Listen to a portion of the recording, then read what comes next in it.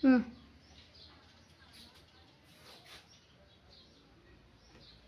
ભીમ। હું doctor Ashok Maheshwari, doctor Bhimrao Ambedkar Nagar તિરાણાના મુખ્ય પ્રતિનિધિ આયોજક। આજે હું ડોક્ટર આંબેડકર નગર ભીમરાવ આંબેડકર નગરના નિવાસીઓને કહેવા માંગુ છું કે આના પહેલે મેં જે વિડીયો રાખેલું એ ડેપ્યુટી કલેક્ટર અંજાર પ્રાંત અધિકારીને ત્યાંનું રાખ્યું। એ ત્યાંની મેં મુલાકાત લેવા અને આપણે જે જિલ્લા કલેક્ટર શ્રીના જે પત્રનું જે ત્યાં આવેલ એના બાબતે તપાસ કરવા, આપણી જે પ્રમાણિત નોંધો ન થતી અને આ જમીન ને સરકારી અધિકારીઓના લીધે એ લોકોની ભૂલના લીધે આપણે આ ખૂચ આવેલી છે, એટલે હવે એ કાર્યવાહી થવા જઈ રહી છે। ત્યાંના અમારા આપણા રાઠોડભાઈ બહુ સારું સાથ સહકાર આપ્યું છે। મેં જિલ્લા કલેક્ટરનો લેટર બતાવ્યો, તરત જ એમણે કોમ્પ્યુટરમાં જોઈ અને આપણી જે અરજી કલેક્ટરનું જે પત્ર આવેલું જિલ્લા એમણે જોયું અને તરત જ ત્યાં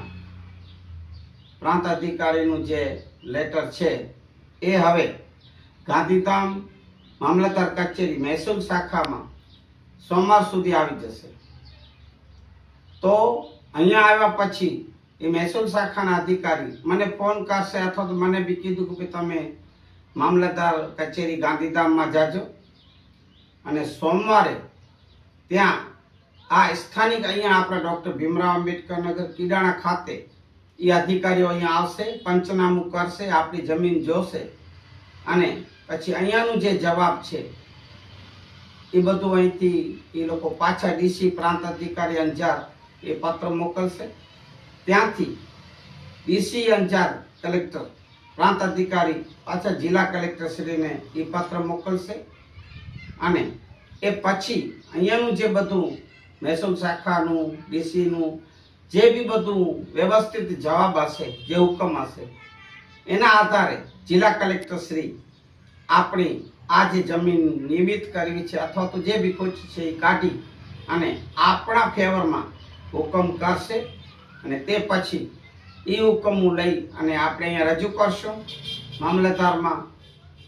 ઈ ધારામાં આપણી ફાઇલો જે ભાઈઓ બહેનોએ ફોર્મ ભરાવ્યા છે, અરજીઓ કરી છે પ્રમાણિત નોંધો માટે, એ બધી